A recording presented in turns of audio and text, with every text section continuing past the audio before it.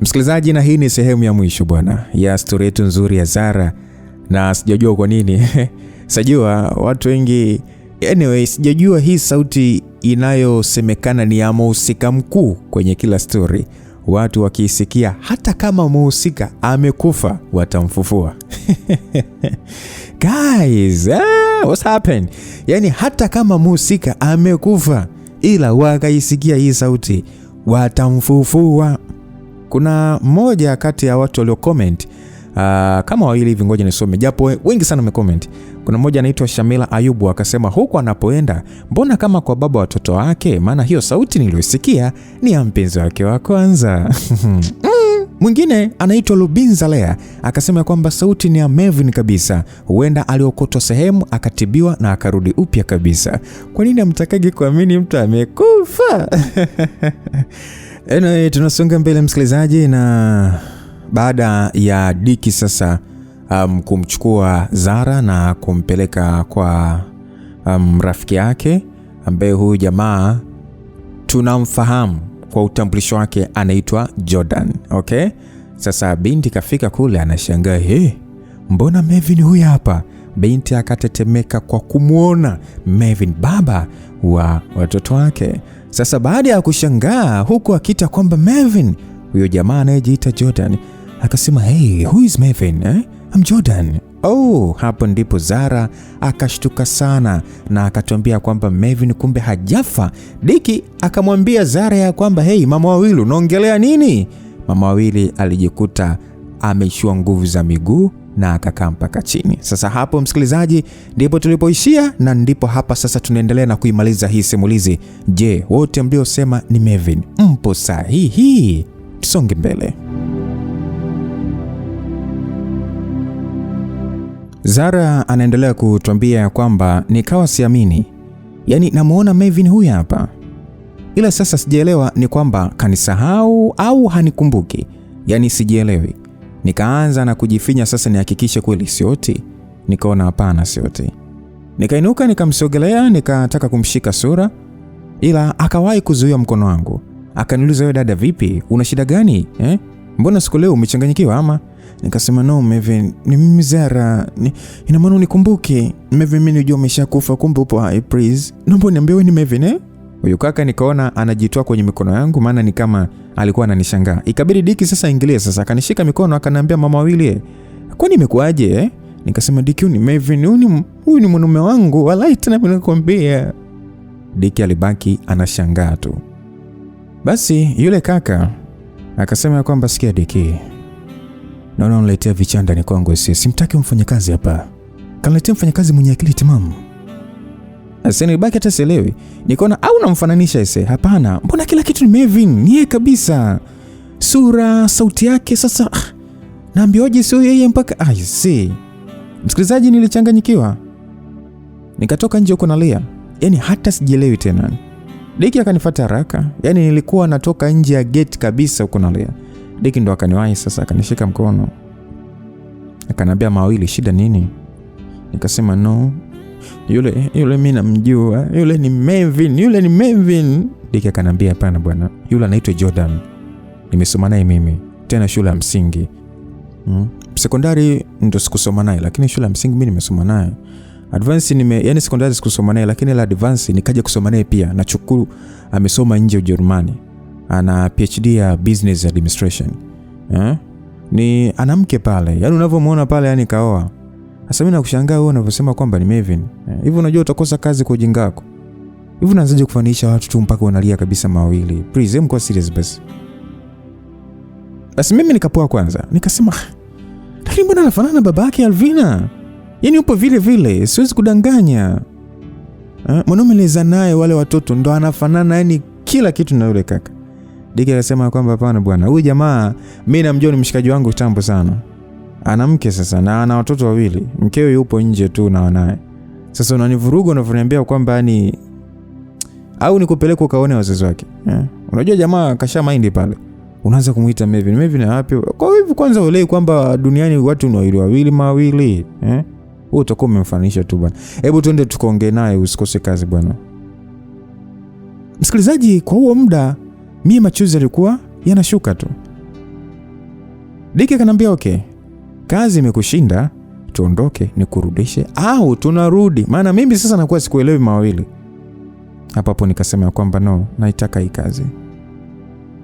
Msikilizaji, nilipanga nimchunguze vizuri, huenda akawa ni yeye ila kapoteza nini kumbukumbu.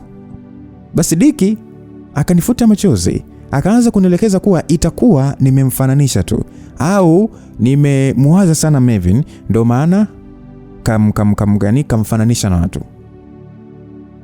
Sasa nikaambia hivi Diki, akwambia Diki, huoni vini ule mwanangu wa kiume kafanana na huyu kaka? Diki akasema hapana bana, mimi sioni kama wanafanana kabisa, achana nayo mawazo bana. Nikasema sawa, hakuna shida. Basi nijikaza nikarudi tena ndani. Jordan akasema karudi tena huyo. Hey, simekuambia simtaki ama? Yaani siku ya kwanza tu kazini mimi naanza kuona vibengo. Sijui mambo ya kwanza kufananishana ndio mambo gani haya? Hayaje siku za mbele? Basi Diki akasema kwamba hapana mshikaji, huyu kakufananisha tu na jamaa wake wa nyuma, kwa kidogo ikawa imempatia shida, ila huyu hana shida, ni mfanyakazi mzuri sana, utampenda tu. Basi baada ya Diki kusema hivyo, huyo Jordan akasema kwamba bwana mimi simtaki kwa kweli, simtaki. Yaani mtu leo tu kashaanza drama, simtaki bwana Diki, nibadilishie mtu.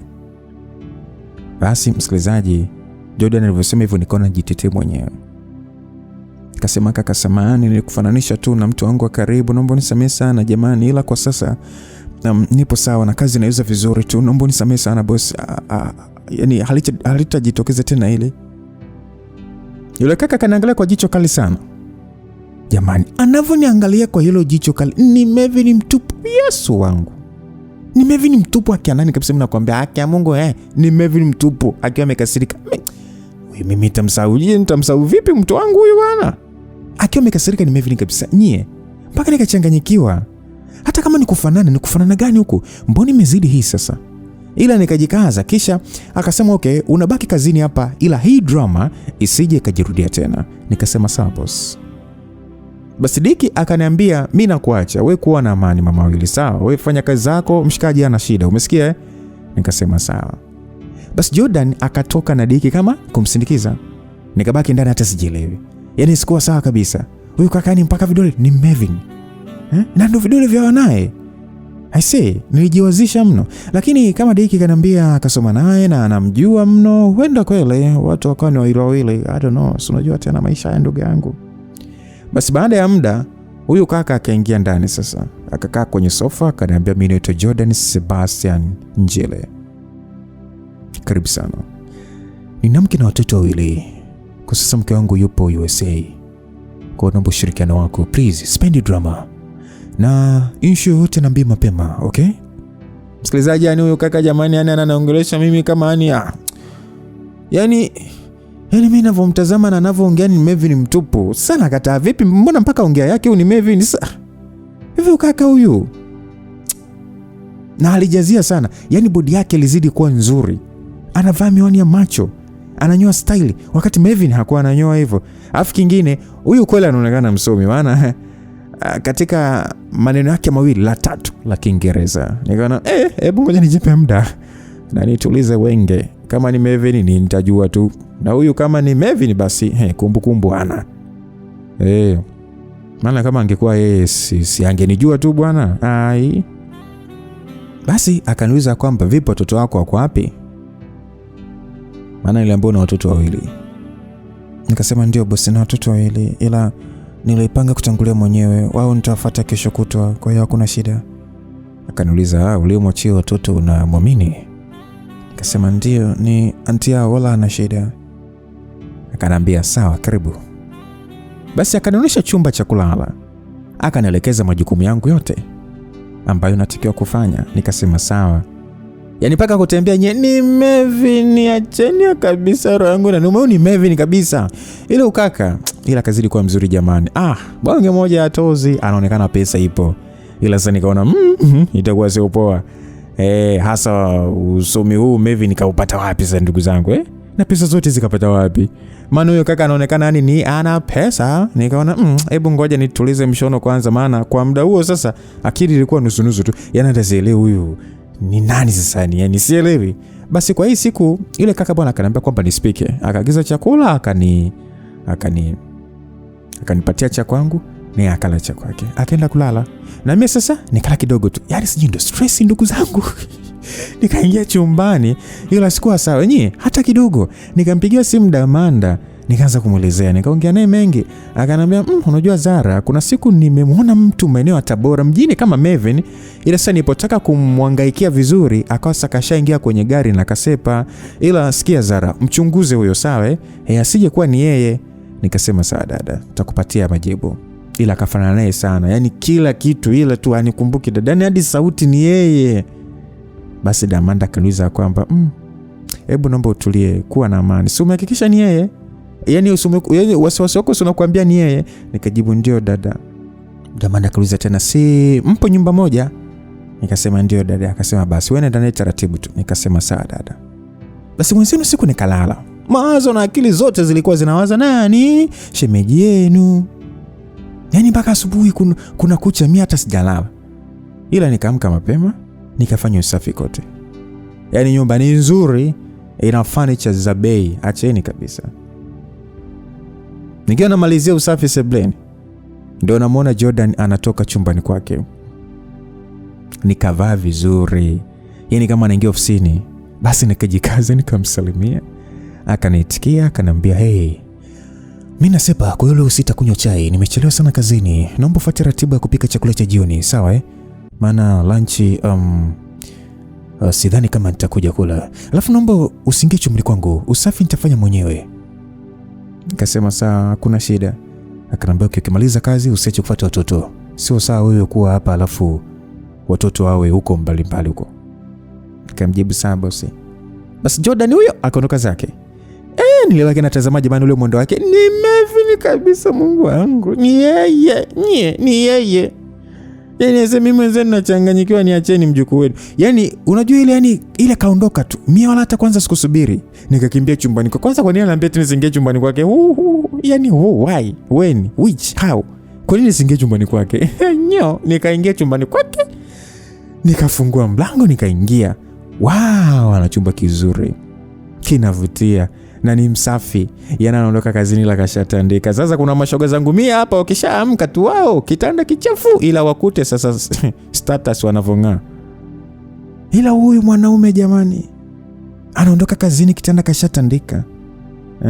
Ni kila kitu kimekaa mahali pake mle chumbani. Hata Mevin alikuwa hivi, niwape tu siri. Alikuwa hivi, alikuwa ni msafi mno. Sino maana hata makumbuka nilivyomfumaniaga na nani? Nilivyomfumaniaga pale akasema sijui rafiki yake nini. Nilikuta kitanda chake kimevurugika. Nikakwambia kwamba Mevin huwa akiamka tu anatandika kitanda. Kwa hiyo alikuwa ni msafi. Sikufanya ajizi, nikaenda kwenye kabati lake. Ni kubwa, nikafungua. Nakwambia jamani kuna nguo zimejaa. Kisha afu zimepangwa vizuri. Basi nikafungua drawer zake, nikakuta bahasha na vitu vyake. Ila vyote anatumia jina la nani? Jordan. Nikatafuta kila anachoshika Jordan.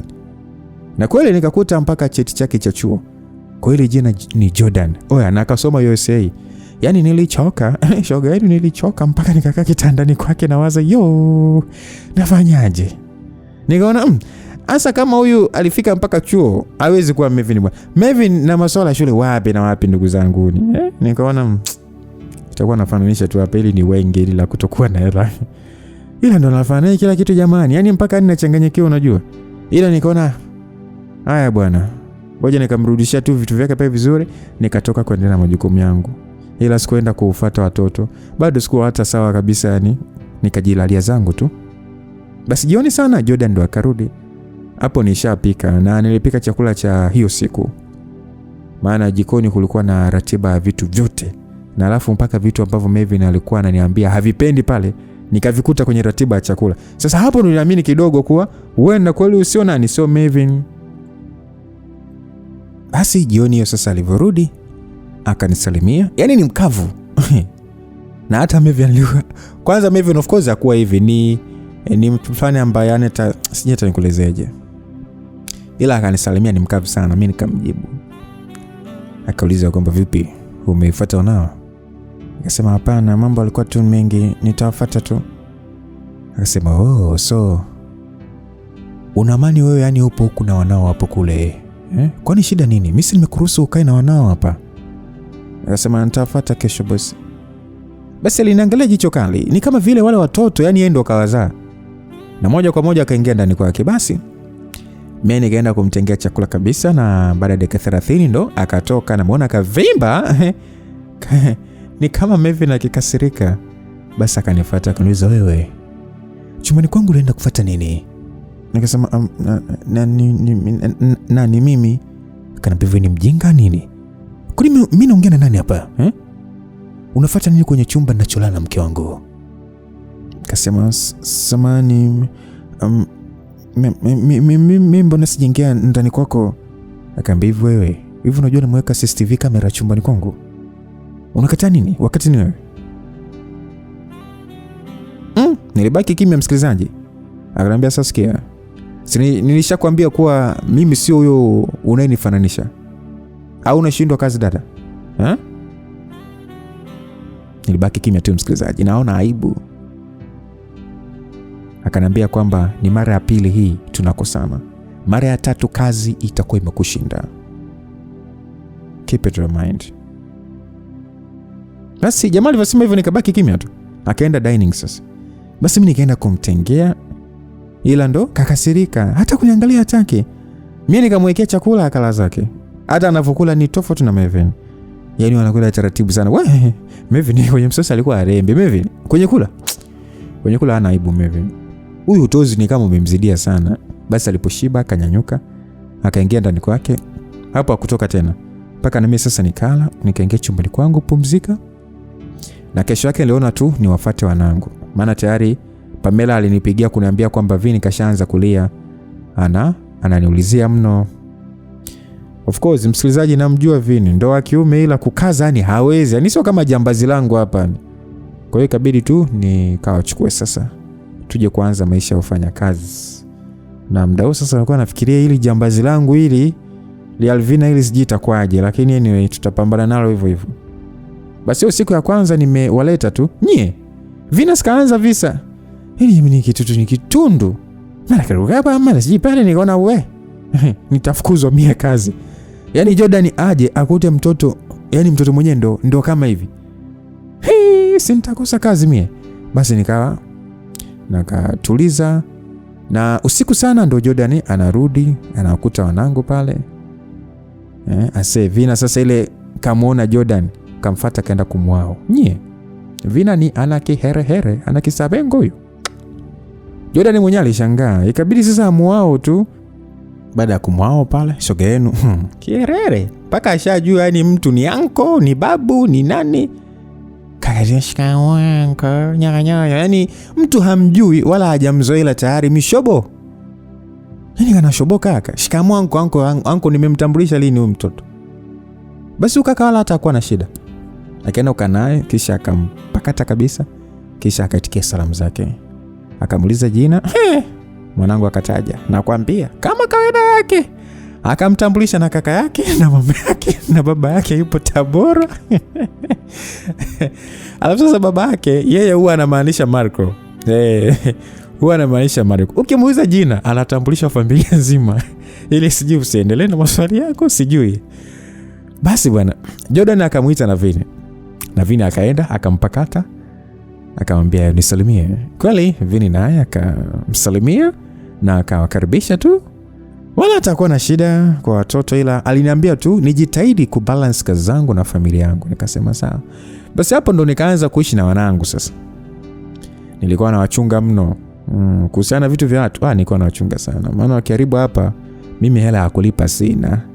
Ila sasa huyu Jordan yani ni hana muda kiukweli. Mara nyingi ni kazini tu, na ni mtu ambaye yuko serious mno. Kucheka ni kwa nadra mno. Ila sasa akawa anaelewana sana na Alvina. Yaani akanaelewana sana na shoga yenu. Na yote mwanangu ni kwa sababu ya nini? Ni muongeaji sana. Yaani baba akirudi, Vina ni atamuongelesha paka wanaingia wote ndani kwa Jordan. Yaani huko sasa yani Jordan ataoga, atafanya mambo yake, ni yupo na Vina tu. Paka usiku wa saa 3 ndo anatoka. Yaani ule muda Jordan anatoka kula ndo anatoka naye. Na hata Vin anaelewana naye. Anawaletea zawadi wote. Ila Vina ndo sana. Nakumbuka ile kata kama wiki 2 hivi nipo nafanya kazi kwa Jordan. Huko sasa nikijaribu kumchunguza sana ile nihakikishe kile ambacho nakihisi. Ila nikahisi hapana, sio yeye. Maana huyo kaka ni msomi sana tu. Kuna muda anafanya vikao hapa nyumbani vya online. Anaongea Kiingereza huyo. Niona hapana, sijaridhika hapa, ili nijihakikishie lazima nimsimulie shemeji Marco juu ya huyo nani? Jordan. Hapo sasa sikutaka kwenda direct kwa mama yake, ila nilitaka aje kujionea Marco kwanza. Basi nikaanza kumtafuta Marco, ila bado nikawa simpati kabisa shemeji yangu. Nikajua bado yupo huko nje ya nchi bwana. Basi siku hiyo mida ya usiku wa saa 4 nipo na wanangu chumbani. Huku mimi sasa nachezea simu yangu. Naona namba inanipigia WhatsApp. Nikapokea. Nyie, kumbe si ni shemeji yangu Marco. I say, nilifurahi. Akaniambia, "Sheb, nisamee bwana, namba yangu ilipata shida huko, ila kwa sasa napatikana kwa namba hii. Vipi, unaendeleaje na wanangu?" Nikasema, "Sheb, niko poa, naendelea sawa." Akaniambia, "Sawa, vipi watoto, washalala?" Nikasema, "Muda sana, washapumzika shemeji." Basi akaniambia kwamba sawa, vumilia, narudi baada ya wiki 2, nakuja kukuona hapo Dashem. I say, basi mimi nikaanza kumalizia juu ya Jordan sasa. Hata Marco alishangaa sana. Akaniambia, "Shemeji, unatania au unasema kweli?" Nikasema, "Shemeji, mimi sikutanii. Huyu kaka yani nikafanana sana na Melvin." Basi shemeji akaniambia kwamba, "Okay, naweza kupata picha yake?" Nikasema, "Kwa sasa kalala, ila kesho asubuhi nitajitahidi nimpige picha." Akaniambia, "Sawa." Basi msikilizaji, nakumbuka kesho yake ilikuwa ni weekend bwana. Basi niliamka mapema, nikafanya usafi ndani, na mida ya saa 2 hivi naona Jordan ndo anatoka ndani. Kapendeza. Yaani kama anatoka, ila nikajua huyu anaenda kanisani, maana mkononi alishika Biblia. Akaniambia, "Hey mama Willy, wande watoto unataka kwenda nao kanisani leo?" Nikashangaa. Akaniambia kwamba kuna nguo niliwaletea, niliweka kule dining, nenda kacheki na wasubiri hapa. Basi akakaa sebleni. Nikaona haya bwana, ngoja wakamsumbua huko kanisani akome. Mimi nikaenda dining, nikachukua kweli nguo nzuri mno, ila huyu jamani Jordan jamani ana moyo. Yaani swala la watoto yeye yani hana noma hata kidogo. Basi nikawaandaa watoto, nikawavalisha, wakapendeza mno, nikawatoa nje sasa. Basi Jordan akachuchumaa. Wanangu akamkimbilia wakamuao, na yeye akawabusu kabisa. Yaani ni anawapenda. Basi Vina akaniaga. Akasema, "Mama bye, tunaenda na anko." Mimi nikasema sawa. Hapo nimetegesha simu sasa, nampiga picha kwa siri Jordan. Basi Jordan wala atakujua, akaondoka na watoto. Mimi sasa nikachukua simu yangu chapu, nikamtumia picha Marco, na Marco yeye muda huo alikuwa online kabisa. Basi bwana, baada ya kuona picha akanipigia hapo hapo. Akaniambia, "Shem, ndio huyo mtu mwenyewe?" Nikasema, "Ndio huyo, kwani uone hata jinsi alivyofanana na kaka yako?" Basi Marco akacheka akasema, "Shemeji bwana, naona unazeeka. Huyu anafanana na kaka kweli?" "Sawa, of course anafanana na kaka, ila hapana, sio ndugu yangu huyu." Nilichoka. Nikasema, "Hapana, mnaomba muangalie vizuri. Mimi nahisi ni yeye, ila labda ana kumbukumbu."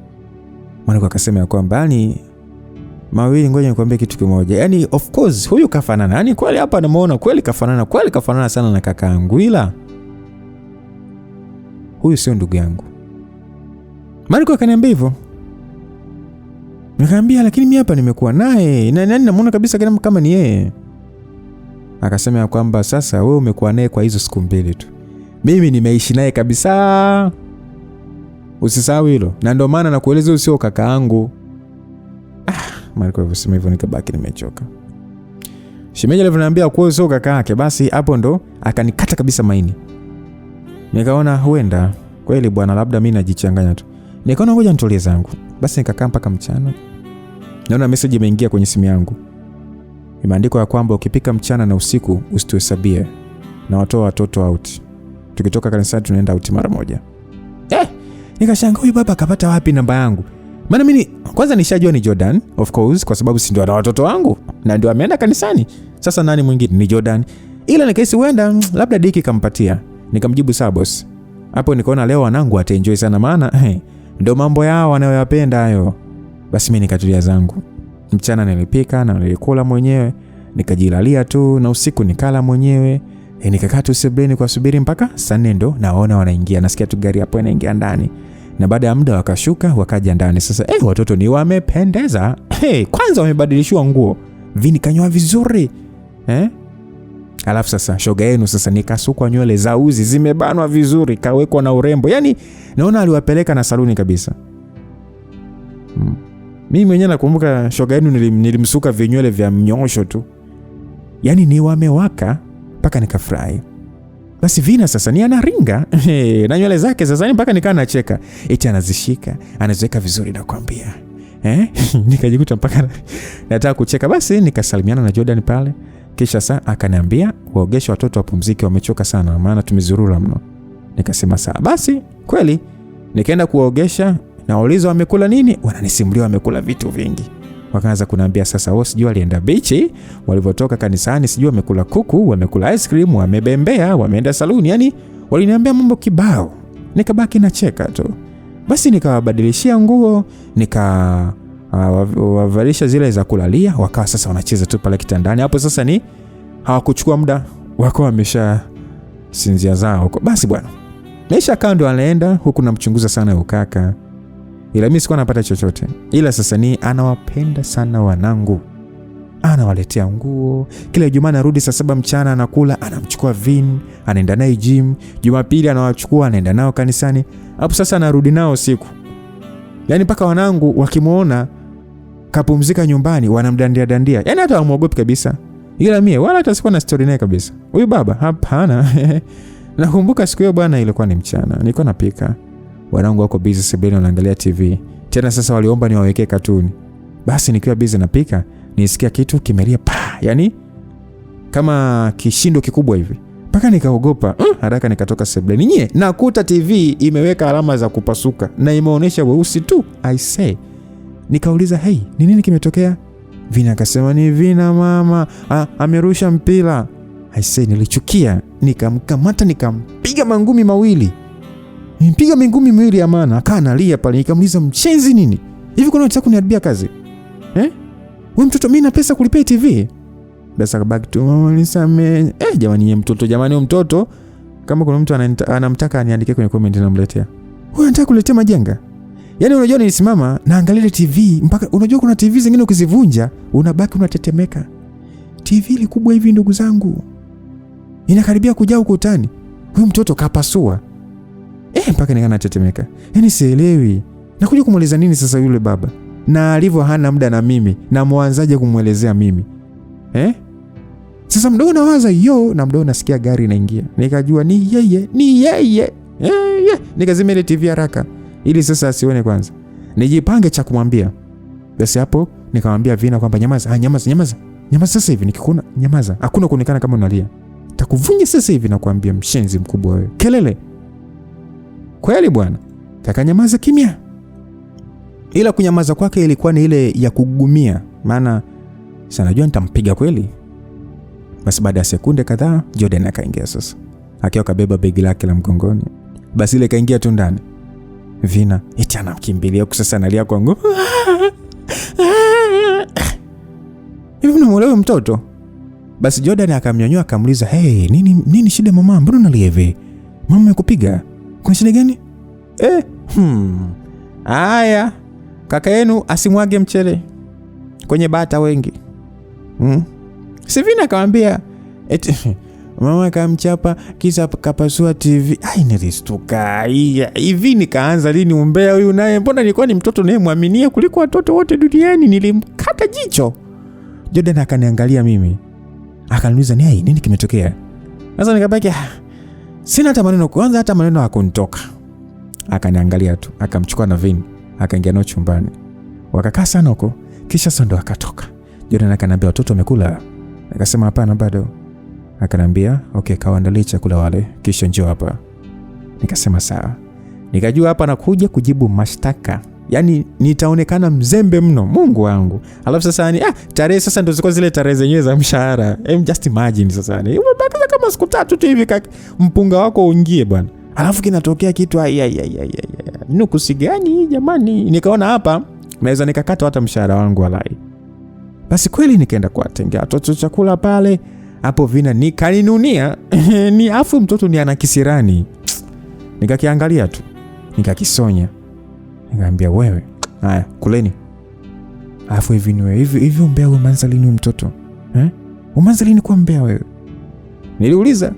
Akanyamaza kimya. Nikamwambia endelea sasa na ujinga wako. Mwanaume mzima unakuwa kuwa mbea tu, mjinga wewe. Na hiyo tabia kurupuka ni mwanzo na mwisho leo. Na wewe Vina, jifanye umenuna. Usiendelea kununa, jifanye umenuna, mjinga wewe. Basi nageuka hivi, namuona Jordan ananiangalia. Akanambia, wewe ndio tabia gani hiyo? Unawasemaje watoto muda kula? Hivi unadhani utakula kwa mani? Nikabaki kimya.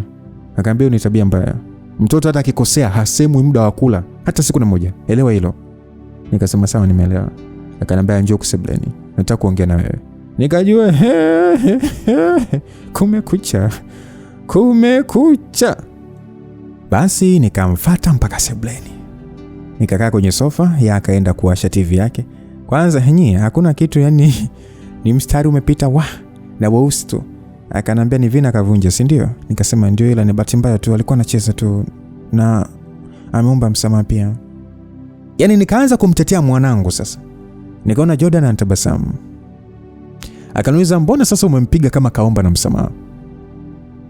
Nikabaki kimya. Akanambia umempiga kwa hasira mtoto, unajua hilo? Yani mpaka umemtoa alama.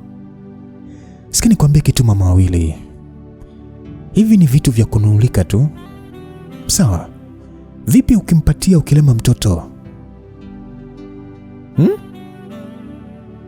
Sikia, ukiwa na hasira usimpige mtoto, unaelewa? Ndio. Usimpige na mkono. Mtafutie hata fimbo. Umesikia? Sawa. Na unatakiwa makini sana. Hao na watoto wana michezo mingi sana. Leo kavunja TV. Ila anaweza kaja kujiumiza yeye mwenyewe. Ikawa shida. Sasa watu wanapofanya kazi zako, cha kwanza ni watoto. Kila kitu kinanulika.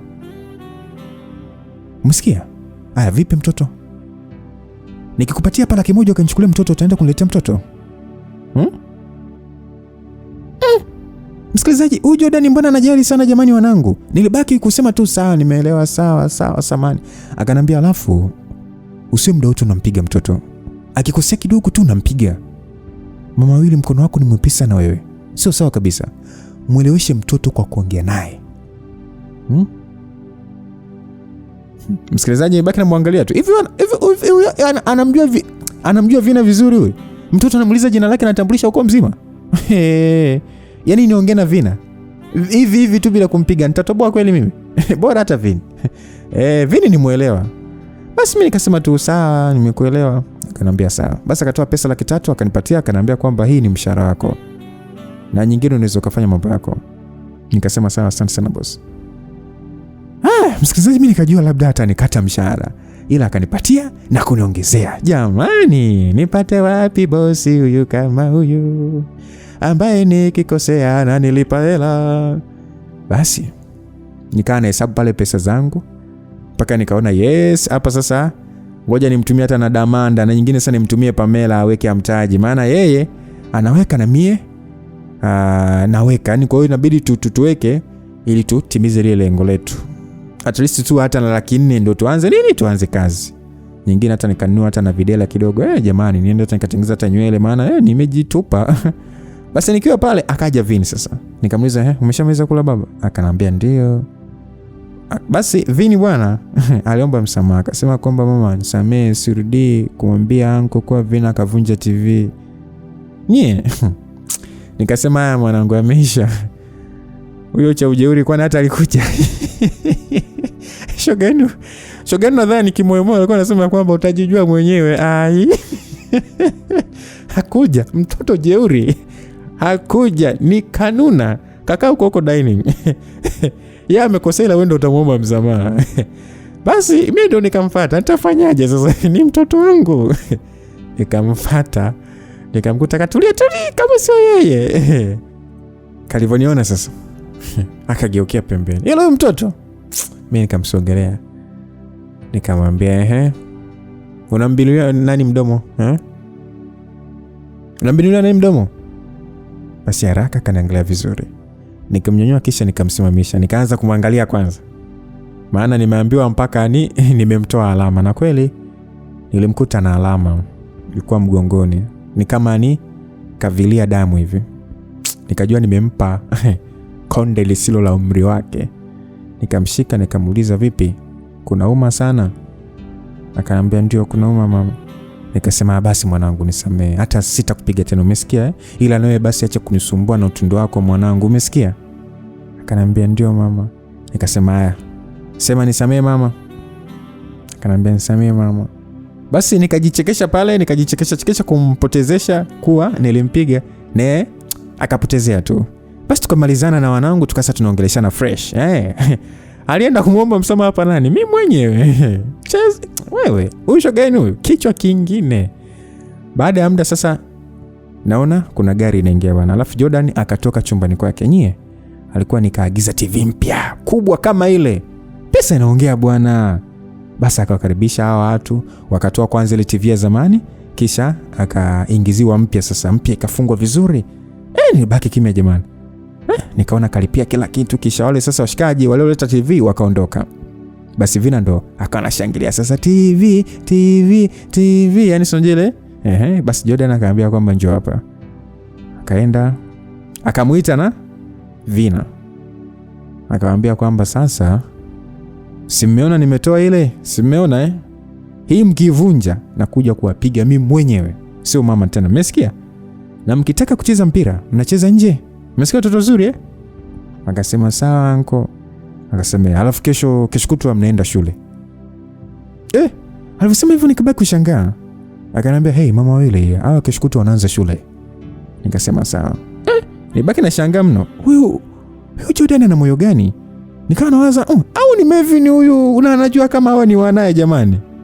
Ila ananichezea tu mchezo. Mbona simuelewi huyu? Mungu wangu.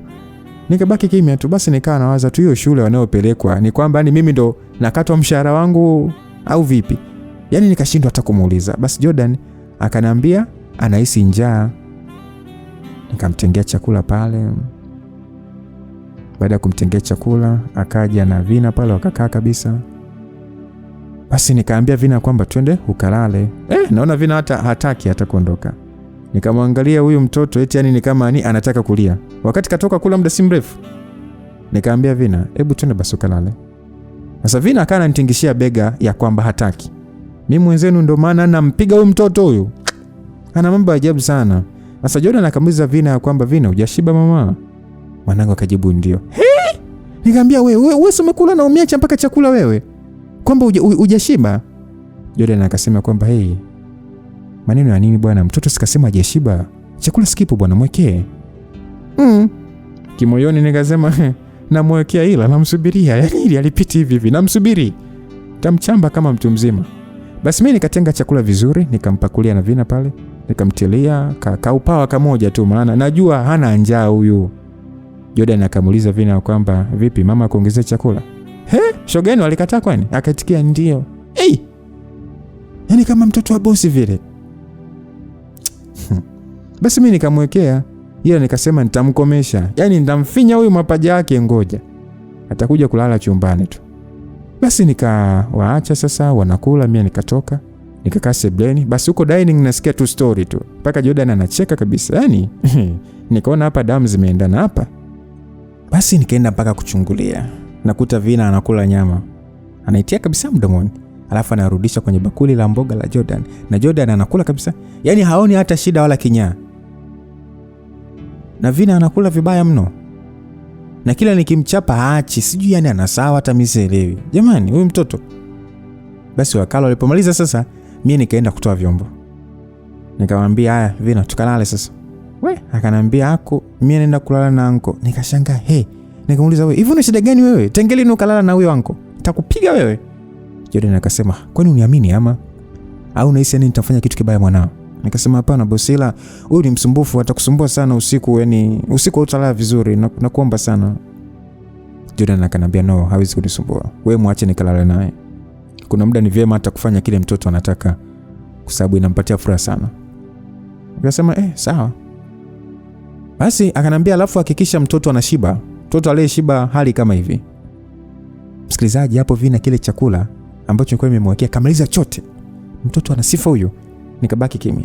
Basi Jordan akamshika mkono Vina, akaingia naye chumbani kwake. Yaani ni kaliniuzi. Nikaona wewe ngoja tutakutana tu. Sisi ni people. Tutaonana tu.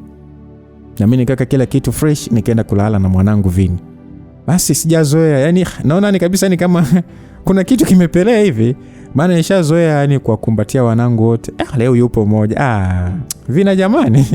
Ila kuna wakati mtoto mtundu akikosekana, yani huwa akikosekana kuna kama kakitu kana miss kwenye familia. Mshajua yani kama kuna gap kubwa sana limetokea. Yani kumkasirikia uwezi, na nadhani utakuwa umeshanielewa. So mimi naona kuna gap kubwa sana. Japo ananikera, lakini momenti zake zinanipa amani fulani hivi, yani ambayo yani sija hata nikuelezeje unielewe.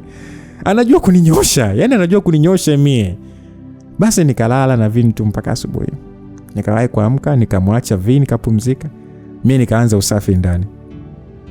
Hapo sasa nilipomaliza usafi nikapika chai, na baada ya muda Vini akaamka sasa, nikamuogesha na kumwandaa. Na hapo ndo Jordan akaja kunigongea ndani kwangu. Nikaenda kumfungulia mlango. Alikuwa kamleta Vina, ameshamuogesha kabisa. Basi Jordan akaniambia kwamba mvalishe tunywe chai, nataka nitoke nao nikawaandalie vitu vya shule. Nikasema sawa.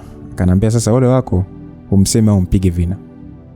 Hapo sasa nikazia macho, yani kama kamzaa yeye vile. Nikasema sawa. Na kweli mimi nikaingia naye ndani, wala hata sikumsema, maana namjua sana ushoga yenu, atabeba maneno ni atampelekea Jordan.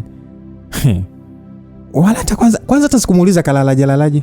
Kwa kuwa alishaoga, mimi nikampaka tu mafuta yake, nikamvalisha, kisha nikatoka nao mpaka dining. Nikatenga chai, Jordan ndo alikunywa nao. Kisha wakaniaga wakaondoka.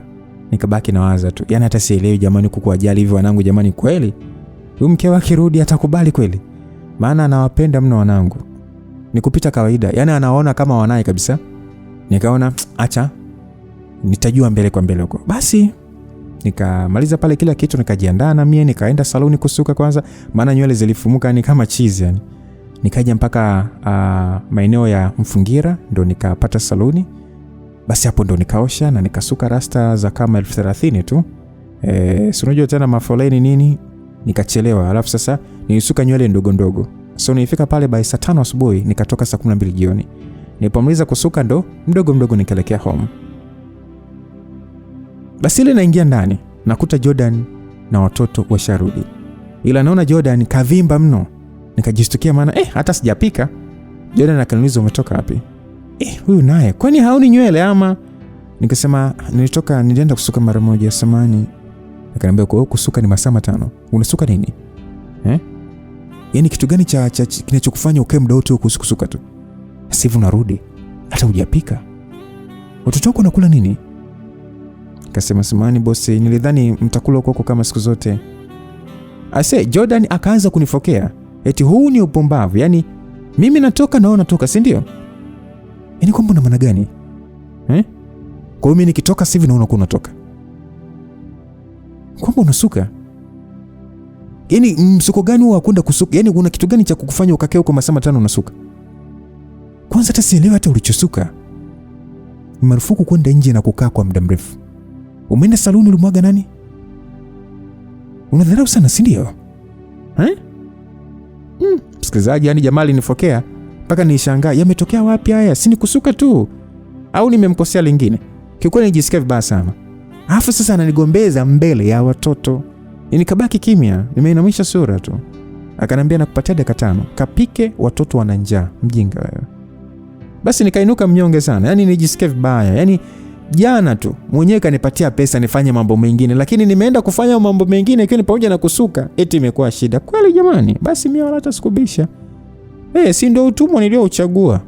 Nikielekea jikoni ila nijisikia vibaya jamani, nikaanza kuandaa chakula. Nikiwa kule sasa wanangu wakaja. Wananiangalia kwa huruma. Unajua wanangu ni waelewa sana. Hasa kaka yenu nani Vini. Yaani nikiwa naumia wanaelewa kabisa. Ni vile tu wanashindwa kuongea na mimi. Vile na feel, ila unaona tu ni vile wananiongelesha. Basi shoga yenu akaniita mama. Nikamuitikia abe. Akaniambia mama pole. Nikasema msijali. Haya, niambieni mmenunuliwa nini? Basi walinielezea, ila ni ile kawaida tu, sio ile kwa bashasha kama kawaida yao. Kwa sababu wanajua kabisa kwamba kwa sasa hapa mama hayupo sawa, anajikaza tu. Basi nikapika, hao akawa wananiwazaliwaza tu ongelesha tu. Ila mimi sikuwa sawa. Nilipomaliza sasa kuandaa chakula nikatenga mezani na muda huo Jordan akaja sasa mezani. Ila nikapoa. Naona alishajua kuwa kanifokea sana na sijapenda. Mimi sikuongea naye hata. Nikamtengea chakula, nikawapakulia na watoto. Mimi wala hata sikutaka kula. Yaani yale maneno tu yalishanijaa. Jordan akanambia pakua na wewe. Uje tule hapa pamoja. Nikamwambia mimi sipo sawa bosi, nimeshiba.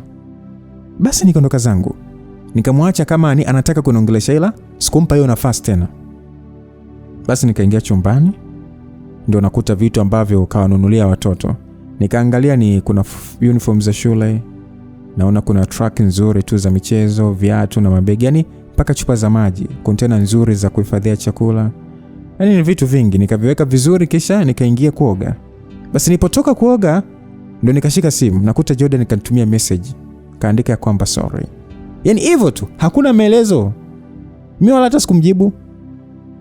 Nikakausha kimya na baada ya muda naona Vin ndo karudi ndani. Nikamuuliza Vina yuko wapi? Akanambia kaenda kulala na anko. Yani Vina jamani ana kiherere huyo mtoto. Basi nikamtumia SMS Jordan nikaambia kwamba naomba Vina aje kulala huko. Akanijibu kwamba hivi unahisi nitamfanya nini mwanao? Nikasema hapana, nimesema tu. Akanijibu ya kwamba usiku mwema. Mimi nikabaki kimya. Yani mimi naogopa. Basi tu. Sikuwa nataka kabisa Jordan yani alale na mwanangu alafu nikabinti ila Vina elewi yani. Anyway, basi bwana. Kesho yake mapema sana niliwaandaa wanangu shule sasa, walipendeza mno. Jamani mpaka raha. Na Jordan ndio aliwapeleka shule. Na maisha ndio akawa hivyo sasa. Hao watoto walikuwa ni wanasoma nursery ya private. Hata ada sikuwa najua na wapo wawili. Bado wamelipwa school bus, yani wamelipiwa school bus na maanisha. Haya, walikuwa wanasoma shule nzuri mno. Nikaona kama wanangu wanasoma shule nzuri hivi, ngoja na mimi nipambane tu. Basi nikaendelea kukaa kwa Jordan mpaka ikapita miezi miwili. Hapo sasa nishapata pesa ya maana. Ila kuondoka sasa nikaona sio kweli. Watoto wanasoma vizuri. Wakirudi nyumbani ni ngeri tu. Wewe. Yani Vina ndo mgumu kidogo. Ila kichwa cha Vin ni hatari ese. Hapa ni muda wote tu yani mambo ya Kiingereza tu nini. Vina halali na mimi. Yeye ukifika muda wa kulala, ni kwa Jordan. Yeye ndo anaona chumbani kwake huko. Mwanzo nilikuwa naogopa mpaka nikazoea sasa. Najua kabisa Jordan ndo analala na Vina. Na siku nyingine Vin ananichenjia, anaenda kulala na Jordan pia. Nabaki nimelala mwenyewe, nikawa nishazoea hiyo hali. Ila nilikuwa namshangaa Jordan mwenzenu yani hataki nitembee. Nikitoka nje nikachelewa ni ugomvi. Yani hapo ni atafoka kama vile ni mie ni mkewe au mtoto yani mimi nakuwa nakwazika basi tu. Kwamba mimi mdote nikae tu ndani jamani, mimi nawezaje sasa? Basi nakumbuka siku hiyo sasa Pamela akanipigia simu, akanikumbusha harusi ya rafiki yetu mmoja hivi. Tulimzoea sana anaitwa Glory.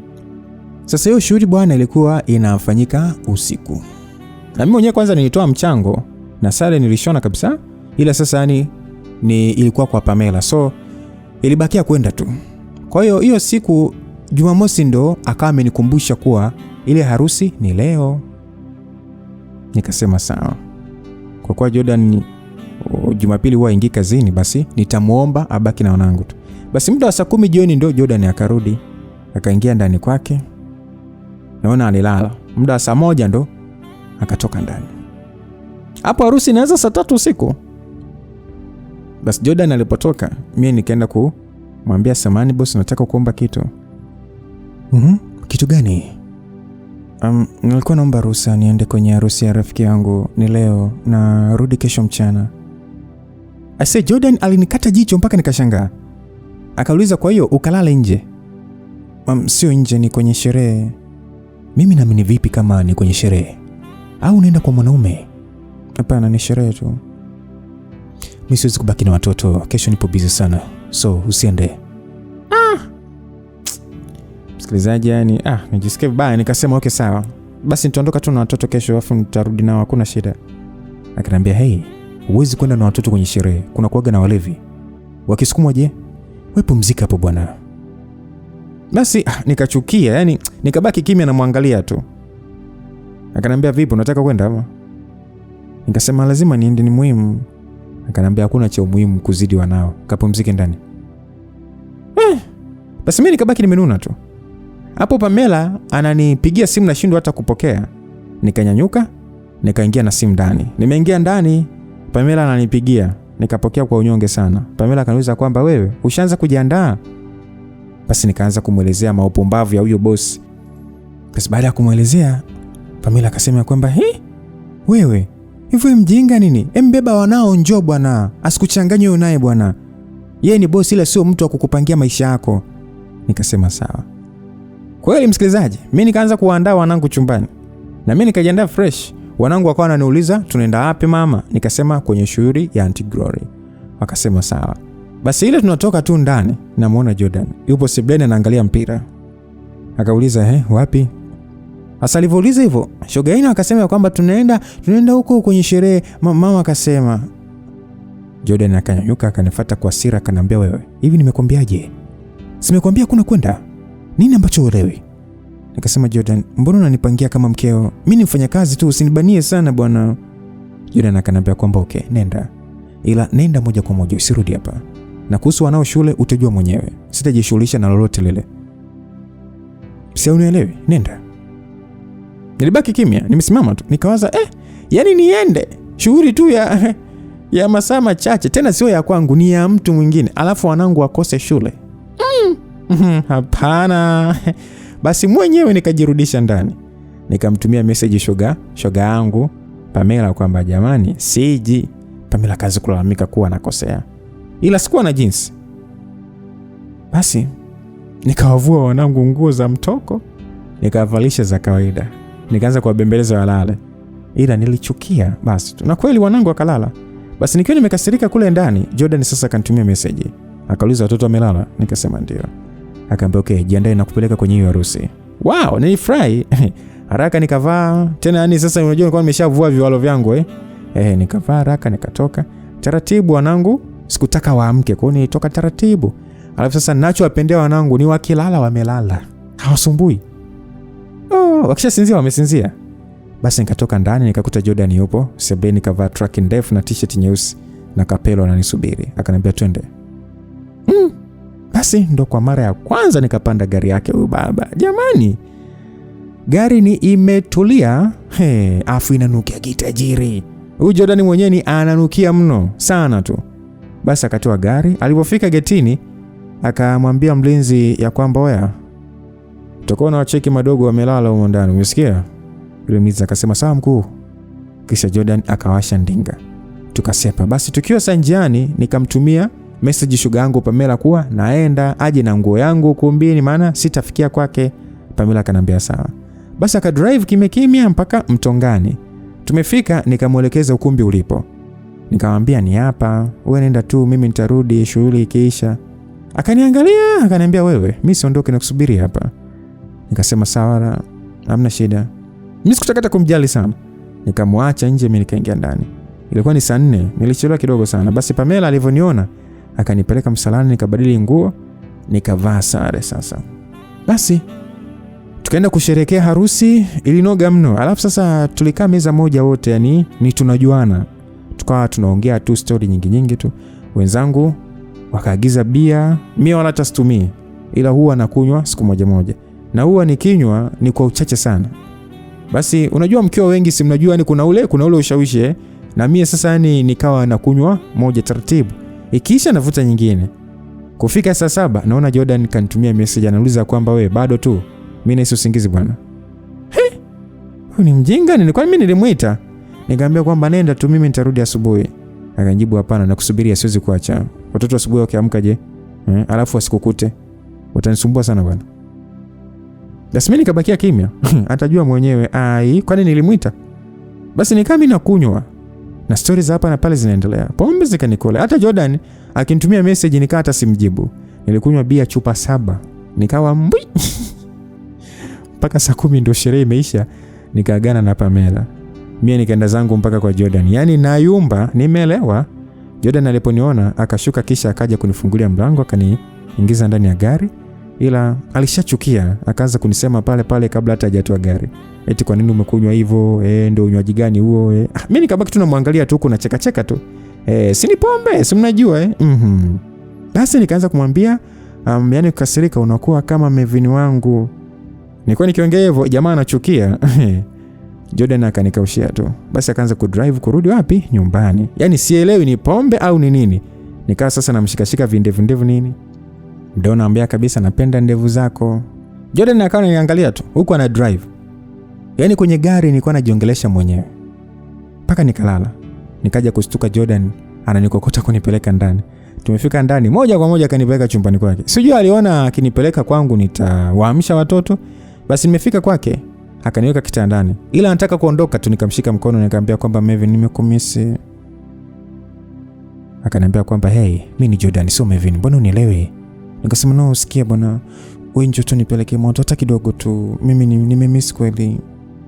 Kwa kwanza na muda sana hata sijaguswa, nakuomba. Basi jamaa akabaki ananiangalia tu.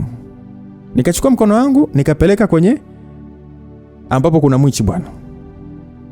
Jamaa ananitazama tu, katulia kimya. Basi nikamvuta, nikampelekea sasa kinywa ili sasa nione sasa je, yeye atanirudishia chumu. Bwana wewe, hakuzuia. Sasa of course nililewa, ila nilikuwa nakumbuka kila kitu kilichokuwa kinatokea pale. Na nilikuwa najua kabisa nini nafanya. Si unajua tena pombe zinanitoa aibu. Of course nilinogewa mno. Tukaendelea pale hivyo mdogo. Waza nanogewa tu mdogo. Nikatoka gauni ka kwanza pembeni, nikatoka kabati kangu pembeni. Hapo nikaona Jordan sasa ananiangalia sana. Alikuwa ananiangalia sana tumbo langu. Nigundua anaangalia mshono wa wanangu kipindi najifungua nilivyofanywa operation. Basi akaniuliza hapa vipi? Nikasema nimezaa kwa operation. Akaniambia pole sana mama. Ila pumzika, umelewa. Nikasema no, mimi sijalewa Jordan, naomba tu kidogo, yani kidogo tu, naomba tu, yani mimi sipo sawa, nakuomba, naomba tu kidogo. Jordan akaniambia lala kwanza, kisha kesho utaniomba ukiwa mkavu kabisa, yani ukiwa unajitambua kabisa, ndio nitafanya hicho ambacho nakitaka. Nikasema no, mimi niko fresh, nakuomba bwana. Jamani nilikuwa namforce kabisa. Ila pombe hizi. Ila niliona Jordan hataki. Nikaona mizinguo tu. Nikageukia upande wa pili, nikajilalia zangu. Si unajua tena pombe zilinitawala nikaja kushtuka asubuhi. Nipo kitandani kwa Jordan. Nilistuka. Alafu sasa nina kikabati tu. Juu nipo empty. Alafu sasa hapo namuona Jordan kwa pembeni anachezea PC yake. Ina maana huyu kanichungulia usiku mzima ama? Basi nikavuta shuka fasta pale. Jordan akaniambia kwamba hizo ni pombe. Si unaona mambo yako sasa? Haya, jana ungeenda peke yako. Nina uhakika ni kuna jamaa wangejisevia. Mama wawili. Unajua kwa sasa una watoto Tena na watoto wawili. Una mtoto wa kiume mkubwa tu. Anakuwa yule. So hivi unavyofanya huoni hata aibu mbele ya wanao? Yaani unalewa, unaanza hadi kutoa nguo zako kwa mbele yangu kweli? Msikilizaji, niliona aibu. Nikasema samahani, ni pombe tu. Jordan akaniambia okay, unaweza kaenda. Haina haja ya kujificha. Nimekuwa na kila kitu. Niliwaambia hivyo niko na aibu. Nikavuta shuka nikajifunga kwa aibu nikatoka chumbani. Nidharirika. Na hapo sasa nikakumbuka upumbavu wangu wote. Ni kweli nilikuwa namwambia kabisa kwamba yes, mimi kwamba nilikuwa nahitaji game. Mbona nimejidhalilisha hivi kwa huyu baba jamani? Basi nimefika sebuleni naona watoto wanacheza. Jamani naona mpaka aibu kuangalia wanangu. Basi wanangu wakanamkia pale kwa kunishangaa maana hii aibu acheni tu. Nikawaitikia kisha nikaingia chumbani kwangu. Kwanza nilikaa kitandani, nikaona hapa kazi ninayo walai. Basi nikamsimulia Pamela, alicheka. Alicheka mno, akanambia kwamba una bahati sio bosi wako ni mstarabu. Angekuwa mwingine wala asingekuacha. Yaani angekupelekea moto vizuri sana. Alafu sasa aibu ungeona wewe. Nikasema shoga yangu. Ila sasa mbali na hivyo tumechumwana. Hajanifanya kitu hata, ila asubuhi kanichamba. Alafu kaona mwili wangu, yaani naona hapa aibu sijui hata nitamwangaliaje. Sasa Pamela akaniambia kwamba oya kaza bwana, si unajua tena ndo tajiri huyo, anasomesha watoto. Nikasema acha basi. Basi nikatulia ndani bwana, naona hata aibu kutoka nje. Nikatulia mpaka saa 5. Naona ananipigia simu. Nikaogopa kupokea, ila nikajikaza nikapokea. Akaniambia hey, utakaa ndani mpaka saa ngapi mawili? Mimi na njaa bwana. Hebu nyanyuka bwana upike. Sisi tunataka kula bwana, leo weekend. Nataka nikatembee na washikaji zangu. Nikasema sawa boss. Basi nikajikaza shoga yenu, nikaenda jikoni kupika tu. Basi muda wa kutenga chakula ndo nipata shida. Yaani hata kumwangalia Jordan siwezi. Yaani kila nikikumbuka tu huyu baba kaona mwili wangu naona aibu. Alafu sasa bora hata angenipelekea moto. Yaani hajanigusa. Kanichungulia tu kaniacha. Ni aibu, usiombe kakutokea. Basi mimi nikapakua chakula, nilipomaliza Jordan akaniambia kwamba nimwekee na juice. Maana jamaa huwa anapenda sana juice. Kwa hiyo nikamwekea pale juice. Ile sasa nampatia, tukagongana macho kwa macho. Nikajikuta sasa ujasiri umepotea kabisa, nikaangusha ile glasi. Bwana wewe, sikamwagikia kwenye shati lake, aisee nikaogopa. Kwanza hapo nikajikuta tu haraka nimemsogelea. Sijui hata nikuchanganyikiwa, nikaanza kumfuta na mikono eti. Sasa ile namfuta sikavaa shati. So likafunguka, alafu sasa ndani hakuwa hata amevaa singlet. Nikafanikiwa tu kuona tattoo ndani ya kifua chake, ila sikuona maneno yote. Niliona herufi 2 tu ilisomeka ZA. Nikajikuta natamani zaidi kusoma. Nikataka hata kumfunua shati ili nisome tattoo yote, ila akawahi kunishika mkono. Ni ule mkono yani wa hasira, akaniambia kwamba mshenzi wewe, hivi ni malaya nini? Unataka kunifunua shati langu ili nini sasa? Mbocha pumbovu wako bwana. Akasema samani. Akaambia okay, jana umejileta hapa nimekuacha, ila naona bado tu unaleta drama zako, si ndio? Una macho lakini huoni. Yaani mpaka unanimwagia juice. Ni vyema tu mke wangu arudi, uondoke tu nao. Msikilizaji, hii kauli iliniumiza mno. Yaani kwani si nafanya kazi? Sasa mbona kaongea ni kama ananisaidia bure yani? Nikamwambia ni bahati mbaya lakini sijakumwagia makusudi. Akanambia okay, kama hujanimwagia makusudi, huko kutaka kunifunua nguo imekaa vipi? Ninyamaza kimya. Basi akainuka kwa hasira akaondoka. Nikabaki na watoto. Vina akanambia pole mama. Nikasema hakuna kitu Vini mwanangu. Sasa shoga yenu Vina akaacha kula, akaanza kulia. Nikajisikia vibaya, nikamfuata haraka mwanangu. Nikasema nikambembeleza pale Vina, akanalia tu, hata anaambi chochote. Nikajua hajapenda kwa sababu sauti iliyotumika kuongea na mimi kutoka kwa Jordan. Yani Jordan amenifokea sana, kwa ile kufokewa na kugombezwa yani watoto wameona. Kwa hiyo ni kama hawajapenda hivi.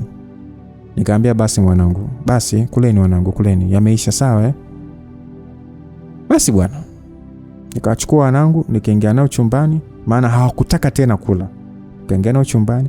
Kikweli siku mimi yani sikupenda. Ni Jordan ni mkali sana kwangu tu. Yani kitu cha bahati mbaya ni atanifokea mbele ya watoto. Nikaona kama kazi hapa, sitaki tena bwana kukaa hapa. Na kama shule wanangu watasoma watoto za kawaida bwana. Basi nikampigia baba yao mdogo sasa ambaye ni Marco. Simu iliita kidogo tu na akapokea. Akaniambia vipi mama mtu? Asa mimi nikashindwa hata kuongea, nikaanza kulia. Marco akaniambia kwamba nini tena Zara? Nikasema shem, mimi naona tu nitafutie pesa mtaji hata 300 tu, sitaki kufanya kazi tena hapa. Marco akaniambia kwani kuna nini tena shem? Nikasema sitaki tu. Basi nilimwambia kwamba nataka nirudi kwenye biashara zangu. Marco akaniambia kwamba shem, sawa nimekuelewa, nakupigia sasa hivi nipo kazini. Nakupigia mida ya jioni sawa? Nikasema sawa.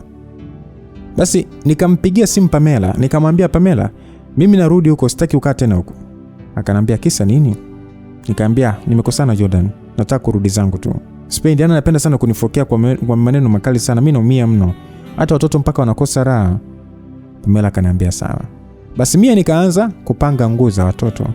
Nikamtumia message Jordan, nikamwambia kwamba mimi kazi sitaki, naomba unipe nusu ya mshahara wa mwezi huu. Akawa hajanijibu kabisa. Mimi nikawaandaa wanangu, nikaona kama hajajibu, basi mimi naondoka zangu bwana, nimesamehe tu huo mshahara.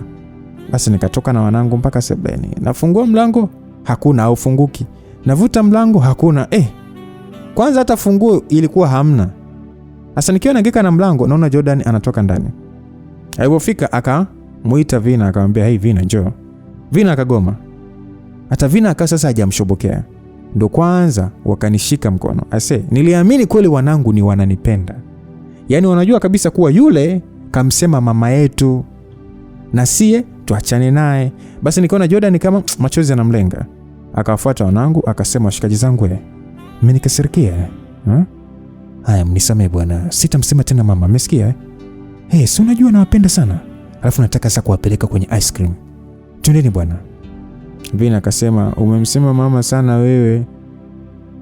Basi baada ya Vini kusema hivyo, Vina naye akasema kwamba mimi sikutaki tena na sio wangu wangu tena. Jordan akasema, no, watoto wazuri, na waahidi simsemi tena mama.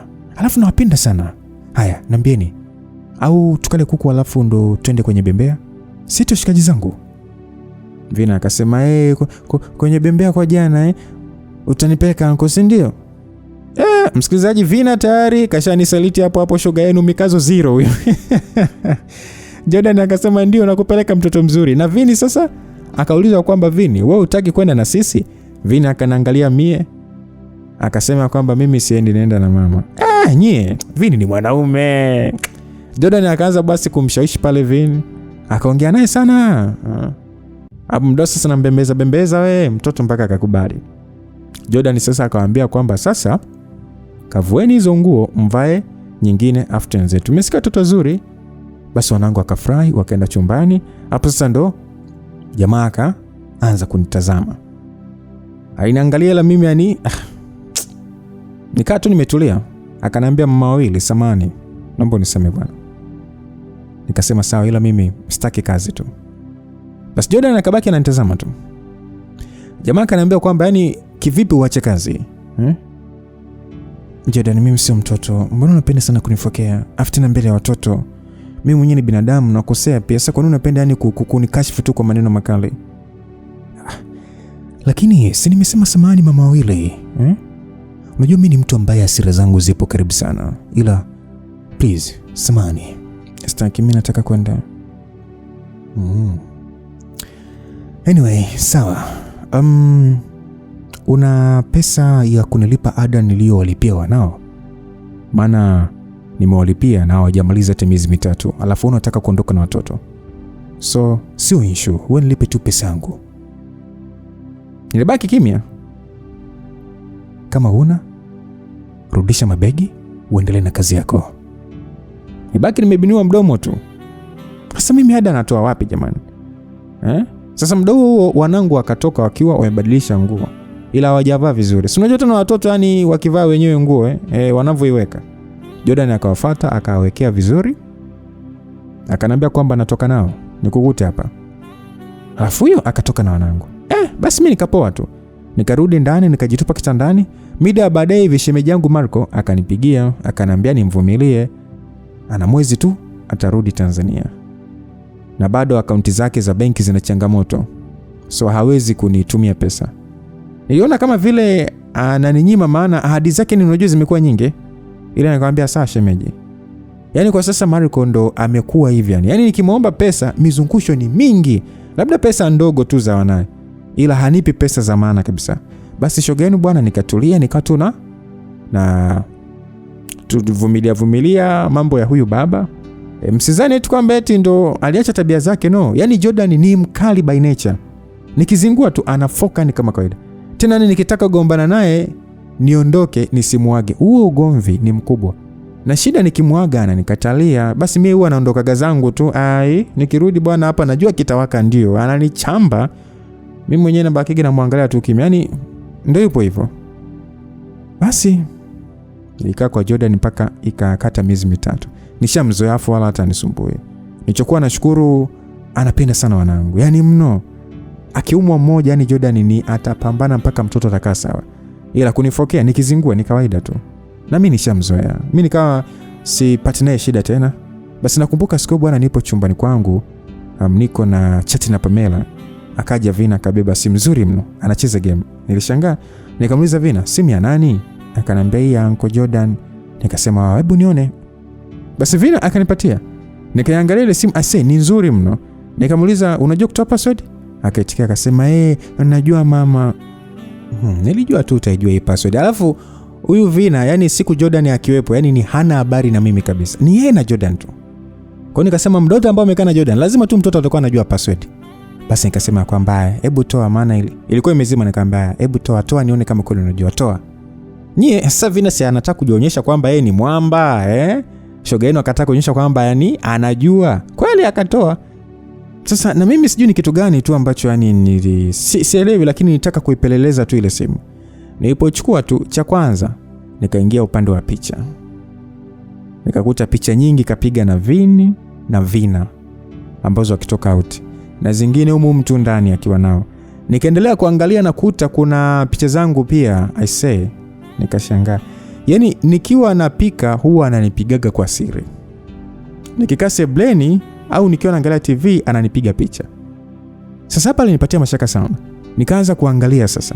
Nikawa naona yupo na Diki wapo beach. Hapa nikajua kweli yule Diki ni mshikaji wake. Nikawa naona picha zake nyingi akiwa yupo sehemu mbalimbali nzuri na classic. Mimi sikuchoka, nikazidi kuangalia picha. Zilikuwa ni nyingi mno. Nikaangalia nikaona kuna picha yupo kavaa singlet na pants. Ni alikuwa swimming. Hapo sasa nikaona ile tattoo vizuri bwana. Naona imeandikwa my lovely kwa maneno madogo, halafu Zara. Yaani inasomeka my lovely Zara. I say, hapo sasa nikajikuta machozi yanatoka kwa sababu nilishajua huyu ni Melvin. Nikazidi kuangalia picha. Nakuta zingine yupo kwao Tabora na mama yake na mdogo wake Marco. Hapo ndo nikajua kumbe mpaka mama yake na mdogo wake wanajua kabisa kuwa Melvin hajafa, ila nachezewa mchezo mie. Nika sasa naendelea kupekua. Namsikia Jordan akaana kuja chumbani kwangu sasa anaita, "Hey Vina." Basi haraka nikatoka kwenye picha, nikarudisha kwenye game, nikampatia simu Vina. Jordan akagonga chumbani kwangu, nikamwambia kwamba Vina, nenda uncle anataka simu yake, nenda. Kweli Vina akaondoka. Kisha nikasikia sasa kimya, nikajua kaondoka naye. Hapo nijikuta ni kama nachanganyikiwa. Kumbe huyu ni Melvin. Kumbe muda wote ananiektia. Kumbe ndugu zake wanajua na wanacheza na akili yangu tu. I say, nikajiona mjinga. Nikajikuta nalia mwenyewe chumbani. Nililia sana, niliumia sana msikilizaji. Yaani kwa nini Melvin afanye hivi? Nishateseka mno. Kwa nini aliponiona tu hakunipa faraja? Yaani ndio kwanza najifanya sio yeye. Niliumia sana. Kwa muda ni sikutaka hata kubaki pale home. Nitoka zangu hata sijaaga mimi, moja kwa moja nikarudi Mtongani kwa Pamela. Nikiwa njiani Melvin akawa anapiga sana simu, ila sikumpokelea hata moja. Basi nilipofika pale kwa Pamela nikaanza tena kulia. Nililia mpaka Pamela sasa anashangaa sasa, maana unajua haelewi kabisa nalia nini. Nililia. Ikabidi sasa shoga yangu aanze kunibembeleza kweli. Na huyu Pamela mimi of course siku za nyuma nilikuwaga nimeshamsimulia mambo mengi ambayo kidogo kwa imeshatokea. Umeona? Kwa hiyo nilimwambia kwa sababu nishamuulizaga historia yangu, so anaelewa kila kitu kuhusu mimi. So nimuelezea tu pale kwa chache, nikamwambia kwamba bwana Jordan ndo Melvin. Akashangaa akasema, "Wewe Jordan ndo Melvin?" Nikasema ndio.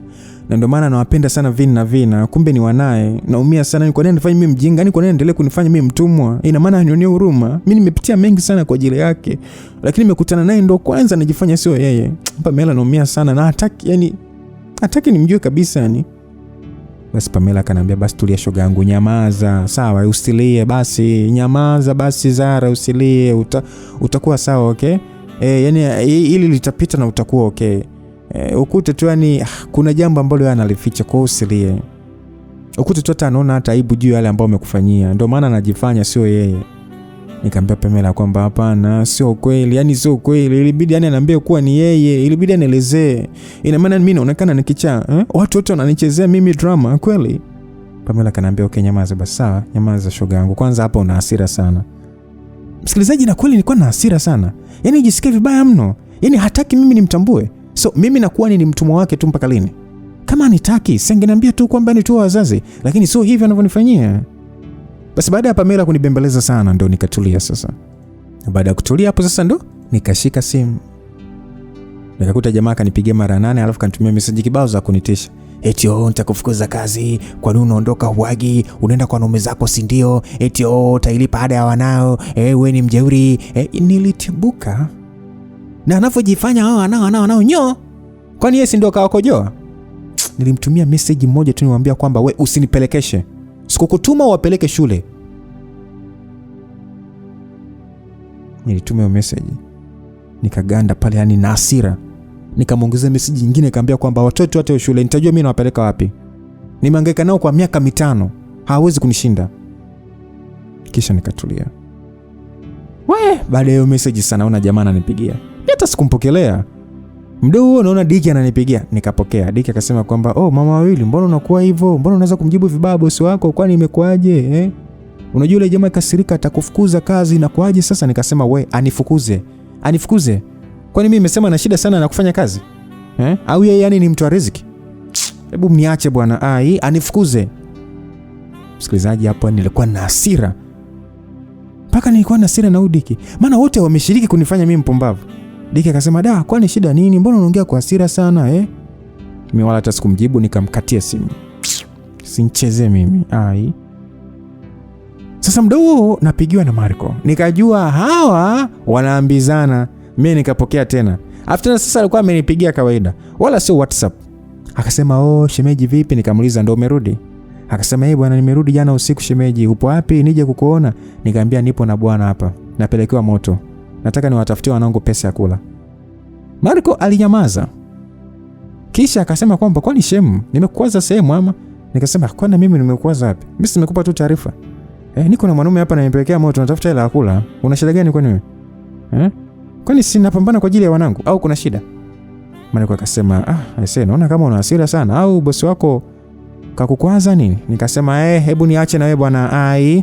Kamkatia simu na yeye. Basi mimi nikatulia kimya.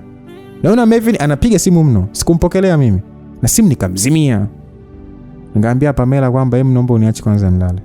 Akaniambia sawa. Kweli mimi nikalala. Maana hapo kichwani kilikuwa kinauma sana. Nikaje kushtuka ni mida kama ya usiku hivi. Tena Pamela sasa ananiamsha.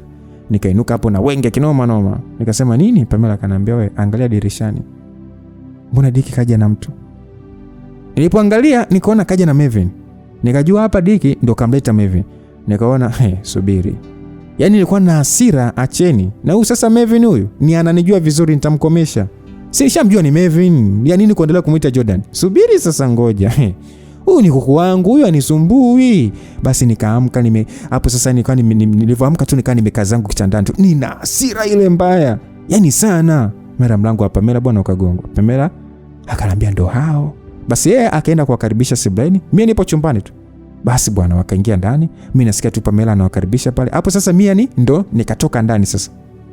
Nina hasira ile mbaya. Nikauliza amefuata nini? Mmefuata nini hapa? Mimi akashangaa mimi kuongea vile. Kisha kanambia, "Hey Zara, kwani kuna shida? Kuna tatizo?" Nikasema, "Sikia wewe, naomba usinivuruge, umesikia? Usinivuruge. Mimi na watu daiani. Unanifuata nini sasa? Wanaose nimekuachia au nimewachukua?" Mimi akanyamaza kimya. Nikasema hivi, "Yaani mnadhani mimi mtanifanya mjinga kila siku, si ndio? Wewe Mevin, sina kuuliza wewe. Hivi ulipanga ni kunifanyia upumbavu mpaka lini? Mama wile. Unaongea kuhusu nini? Mimi sio Mevin, mimi ni Jordan." Msikilizaji, yani huyu mpumbavu alivyoongea hivyo ndo alinitibua. Asikuwa pembeni kwa kuna glasi ya maji, msikilizaji, nilimrushia. Ila sasa bahati nzuri akaikwepa. Ikaenda kupasua ukuta. Hapo mimi machozi yananitoka na hasira. Pamela akanambia, "Nini Zara, tulia, hebu tulia bwana, kwanza wewe shida nini?" Nikasema, "Niache Pamela. Hivi unajua mwanaume ni mpumbavu sana? Mimi sijawahi kumforce tu pamoja. Ila namshangaa, yani mambo ambayo ananifanyia hata sielewi. Nimangeka na watoto wake kwa miaka 5. Hivi alikuwa anajua kwamba wanaishije wale watoto? Alikuwa anajua mimi nimepitia mambo mangapi? Alikuwa anaelewa nimepitia vitu vingi kiasi gani nilivyokuwa nimebeba mimba wale watoto. Anajua mimi nimejidhalilisha mara ngapi kwa ajili ya wanae. Kwa nini aliponiona kunipatia attention? Ndio kwanza anajifanya, yani ananifanya kwamba mimi nikaja kazi wake. Na kila nilipokuwa namwambia yeye ni Melvin ananyamaza kimya. Hivi kwanza mimi ananionaje? Diki akasema, "Sikia Zara, tulia. Mbona hayo anaongeleka?" Nikasema, wewe ndio nikome kabisa mpumbavu, unikome. Unataka kuongea nini? Kwa na wewe ulikuwa unanifanya mjinga tu mimi. Sina kuuliza wewe. Msikilizaji, nilikuwa na hasira, naongea mpaka natetemeka. Unajua ile kuongea mtu utatetemeka. Ndio Melvin nikatulia tu na niangalia kwa huruma. Ila nilikuwa nimeshachukia sana. Sikuwa hata namuonea huruma mimi. Basi Melvin akasimama akanifuata akaniambia, "Naomba utulie tuongee Zara, ukiwa hivi hatutaelewana." Nikamuuliza, "Wewe kwa hiyo wewe bado ni Jordan, si ndio? Si ndio Naambia wewe bado ni Jordan, si ndio?" Melvin akabakia kimya. Nikasema, unaona aibu, si ndio? Unaona aibu kwa sababu ulitembea na mama yangu, si ndio? Jordan, niambie basi. Okay, unaona aibu sababu ulinichanganya na mama yangu. Basi niseme tu kwamba ni hujawahi kunipenda Melvin, si ndio? Niambie tu kwamba ni hata sijini kwamba kwanza niambie unanichukuliaje mimi? Hivi unajua ni vipi wanao wamekuwa? Unajua mimi nimepitia nini? Alafu najifanya Jordan. I hate you. Nilianza kumpiga mangumi. Diki akataka kuingilia ugomvi pamoja na Pamela, ila Melvin akasema, "Mwacheni. Tokeni nje, naomba mtuache sisi." Basi kweli Pamela na Dicky wakatoka, wakaniacha mimi na Melvin. Nilimpiga. Yaani nilimpiga mno. Alafu kwanza hata hakuwa ananizuia. Nilimkwarua na makucha yangu. Meno ya mgongoni nilimkwarua, akawa anatoka damu. Yaani nilikuwa na hasira. Unajua, nilikuwa tena natetemeka, nilimpiga. Mpaka sasa mimi mikono yangu ikawa inauma. Nikamwacha. Nikakaa kwenye sofa hapo nikanalia. Akanisogelea, akanishika mkono, akaniambia, Zara, nakupenda. I love you so much wewe mwanamke. Yaani nakupenda Zara. Kama ambavyo uliteseka kipindi haupo na mimi, hata mimi mwenyewe nimeteseka mno kipindi sipo na wewe. Naomba unisamehe Zara. Ni kweli mimi ni Melvin. Ila kwa sasa mimi ni Jordan. Silipendi tena jina la Melvin na wala sijivuni nalo. Nimechange hilo jina. Nimekufanyia mabaya mengi na machafu mno Zara. Mpaka naona hata aibu kuwa Melvin mbele yako. Haujawahi kuwa mbaya kwangu Zara. Ila mimi ndo mbaya kwako. Naomba unisamehe sana Zara. Hapo sasa Melvin anaongea hivyo, ni amenipigia magoti huko na analia.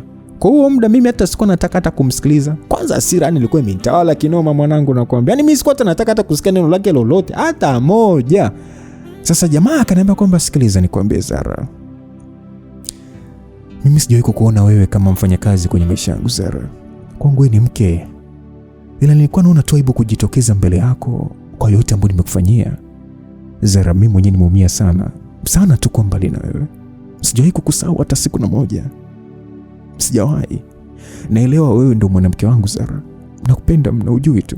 Zaidi yani niseme tu ni sijataka kwambia, yani sijini linganisha na upendo upi katika hii dunia Zara. Naomba unisamehe. Watoto wale ni wadogo sana. Wanatuhitaji wote. Naomba tuanze upya Zara. Japo najua nimekufanyia ushenzi sana na nimekuumiza sana, ila nakuomba mama, please. Nakuomba sana. Nilimwangalia nikaambia, wanao si wapo kule au sio wanao wale? Wale ni watoto wangu kweli Zara. Kwa hiyo nakuomba Zara, wale ni wanangu. Okay. Basi kama watoto wako unajua umewaacha huko, mimi naomba tu niache huko. Nikitolea nitarudi. No Zara, tunarudi wote. Watoto watakulizia sana. Mimi nitawaambia nini Zara? No. Sitaki, naomba nielewe. Basi hapo Melvin akatulia kimya. Akaniacha kama dakika 10 hivi. Kwa hiyo unataka nikuache hapa kwa huyu rafiki yako Pamela, si ndio? Yeah. Naomba tuliza hasira na pressure. Mimi na wewe tutaongea tu Zara. Okay, ondoka sasa. Sawa. Baada ya kusema hivyo, jamaa akanyanyuka akatoka ndani. Basi alivyotoka tu, Pamela akaja ndani haraka. Akanikuta bado nalia, akanambia, basi Zara, imetosha, utaumwa. Nyamaza basi, inatosha. Basi Pamela akanikumbatia, akanibembeleza sana, ndo nikatulia. Nikampigia simu na dada Amanda nikamuuliza juu ya yaliyojiri.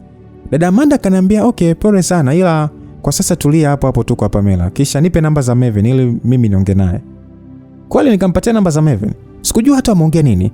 Basi nikatulia kwa Pamela siku 3. Melvin hakunitafuta kabisa. Na wala mimi hata sikumtafuta kabisa. Ikawa hivyo. Ila bado nilikuwa na hasira naye mno. Basi siku ya 4 ndio Melvin akanitafuta. Akanipigia kabisa. Mimi hata sikumpokelea. Akanitumia message kwamba Vin anataka kukusalimia. Hapo sasa akanipigia tena, nikapokea. Kweli ni wanangu bwana, akanisalimia.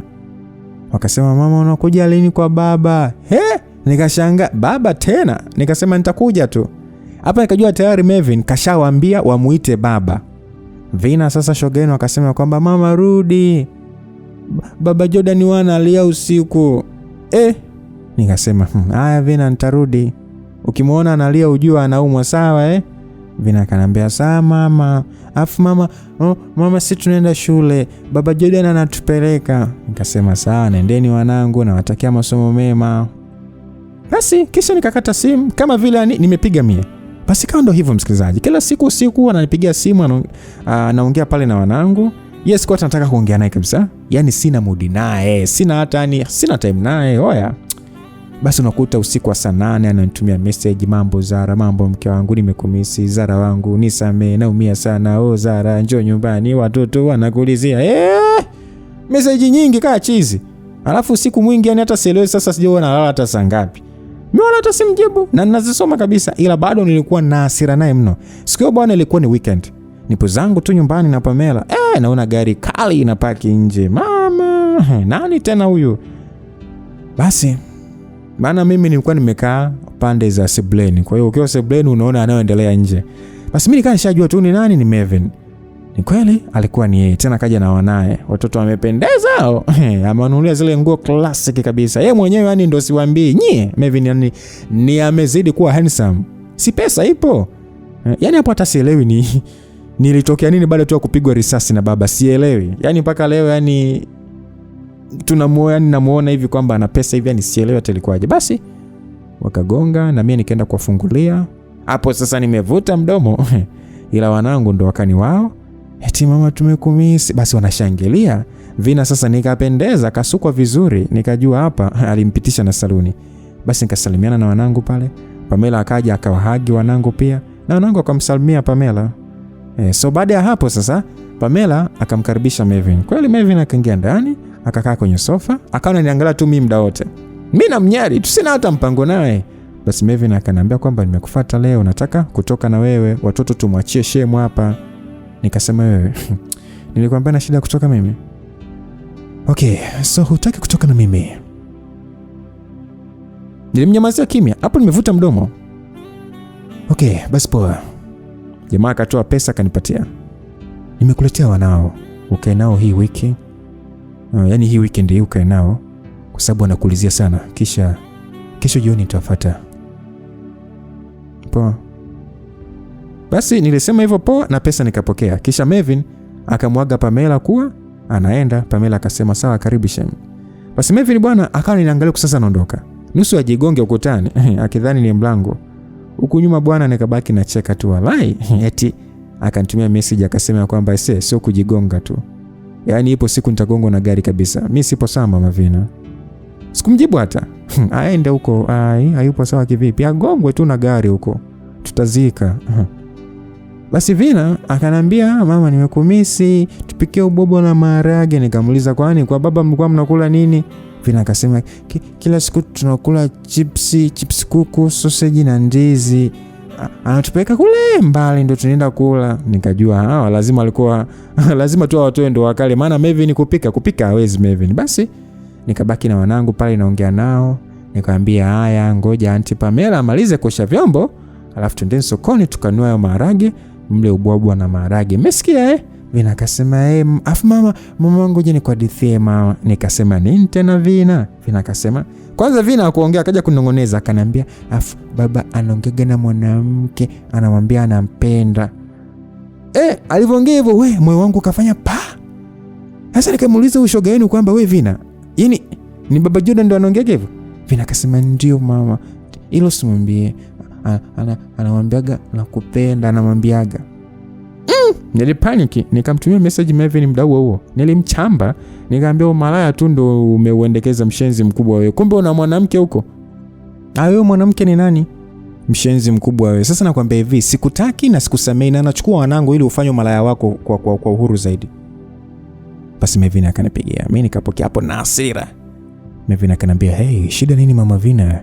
Mbona tu message ambazo sizielewi?" Nikasema shida nini? Aya unaongeaga na nani mbele ya mtoto mjinga mkubwa? Unaongeaga na nani? Melvin akaniambia sikia, mimi sijaondoka, nipo hapa kwa mbele nimepaki gari, njoo nikujibu. Sasa msikilizaji sielewi sijui ni wivu au nini. Si nikatoka bwana, nakwambia. Nikaenda mpaka aliponiambia bwana. Ni kweli alipaki gari pembeni, hata hajaondoka. Nimefika nikafungua mlango wa gari, nikaingia ndani, nikamwambia kwa hiyo huyo mwanamke ni nani? Jamaa hata hakunijibu kwa maneno, akanisogelea kanikisi. Yaani ile kisi ya ghafla na maneno akakata hapo hapo. Nikatulia insha. Bwana akaendelea kisha kwanza aliniachia akaniangalia kwa jicho lake la mahaba. Si unajua tena jamaa anavyojikutaga yani Sharukani Nikasema mwanamke ni nani? Basi akanidaka tena bwana akanichumnyie. Baadaye akaniacha. Hapo kuongea siwezi natetemeka tu mdomo. Akanambia haya, naambia unataka kujua nini sasa? Alafu kwanza huyo mwanamke ni mwanamke gani unimzungumzia?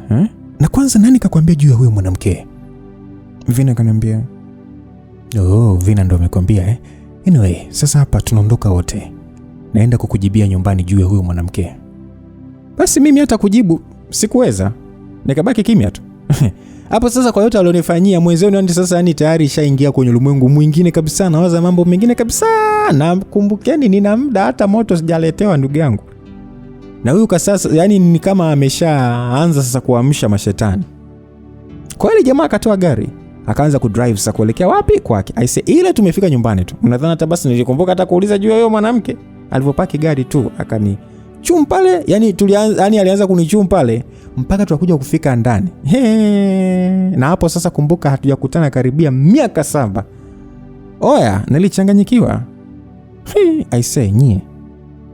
Kilichofanyika humo ndani. Sijui ile, yani unaweza kuwa umeambiwa kwamba leo ndio siku yako ya mwisho, baada ya hapa hicho kitu chako kinatolewa. Kwa hiyo kitumie kwa kadri uwezavyo. Moto uko unapelekwa mpaka joto linakuwa kali na kule pangoni panakauka. Yani joto linakuwa kali, pango linakauka kabisa. Hapo sasa unaomba break. Basi Mevin pale baada ya kumaliza akaanza kunibembeleza pale, akaniambia pole. Mimi nikamwangalia tu kwa kudeka. Kisha alicheka. Hapo sasa namwangalia na ni kweli amenichola tatu. Tena sio kifuani tu, hadi mgongoni kaandika Zara. Na niliona alama za bastora maeneo ya tumboni pia. Basi nikamuuliza, kwa hiyo huogopi kunichora? Je, tukiachana? Jamaa alicheka akaniambia, tuachane uende wapi, labda ufe. Ila wewe ni wangu tu. Wewe ni wangu na watoto wangu. Basi nilicheka nikamuuliza, huyo mwanamke ni nani? Hapo sasa nimeuliza nani baada ya game. Ndio nikakumbuka kuna kesi. Mevin akasema, mwanamke gani kwanza bwana? Nikasema Vina, akaniambia. Basi jamaa akacheka sana. Akasema, mimi simjui bwana, itakuwa mwanao kakudanganya. Nikasema, no, Vina sio Mungu. Wewe una mwanamke wewe. Mevin akaniambia, no, sina. Nilimtuma Vina akwambie vile. Nitaka tu kukutia wivu. Si unaona umekuja. Msikilizaji, nijikuta nacheka sana. Nikamwambia, wewe mpumbavu nini? Mevin akacheka akasema, mimi ni mpumbavu ila wewe ni mjinga zaidi. Nilimtuma mwanao aje akwambie hivyo. Basi bwana, Mevin baada ya hapo akanipigia magoti. Akaniambia, Zara, najua nimekutendea makubwa na machafu sana huko nyuma, lakini naomba unisamehe mke wangu. Hata mimi mwenyewe niliingia kwenye majaribio mazito ambayo alinipatia mama yako. Na shetani alinisimamia sana, kwa naomba unisamehe mke wangu. Nahitaji tulea watoto. Basi jamaa alivyoongea hivyo hapo akaanza kulia, nikajikuta mimi nalia. Nilimsogelea nikamkumbatia kwa nguvu, nikasema, Mevin, nimekusamehe baba, nakupenda. Sitamani ukaa mbali na wewe tena. Basi baada ya kumwambia hivyo jamaa akaniambia, sawa, yameisha hayo. Nakuhitaji sana mama, nakuhitaji mno mke wangu. Nikasema mimi pia. But haujaniambia ile kwaje mpaka leo upo hapa? Sasa Mevin akaniambia kwamba ile siku nimetupwa niliokotwa na watalii porini na ndo alinisaidia, na kati ya hao alikuwa ni mbaba wa kizungu anaitwa Mr. Donald. Huyu Mr. Donald ndo alinisaidia kuniuguza hata niliporuhusiwa kutoka hospitali, na niliishi naye hapa Tanzania kwa miezi 3 kisha nikaenda naye huko kwao Marekani. Kwa hiyo huko ndo nilisoma kwa miaka 3 na huyu mzee akanifanya kama mtoto wake, maana hana mtoto kabisa. Na hapa Tanzania ana kampuni zake ndo kanipa mimi naendesha. Na mara nyingi huwa na wasiliana naye sana, yani ni kama babangu tu. Yani ule mzee alinipenda tu na akaamua kunifanya kama mwanae. So miradi yake yote ya hapa Tanzania mimi ndio naisimamia. Msikilizaji, hapa nikajua lazima tu huyu mzungu lazima tu amuelewe Mevin, kwa sababu hivi unajua Mevin ni kijana mtaratibu sana. Acheni tu huyu jamaa. Basi nimwambia kwamba lakini Mevin, si umemsamehe babangu? Kwenye hili tunapaswa kusameheana wote Zara. Kila mtu anacho alichokosea, kasoro yetu Zara. Mimi sina kinyongo Zara na wewe. Kwa hiyo na waombea tu wazazi wako wapumzike salama. Basi jamaa alivyoongea hivyo nikajikuta nalia mno.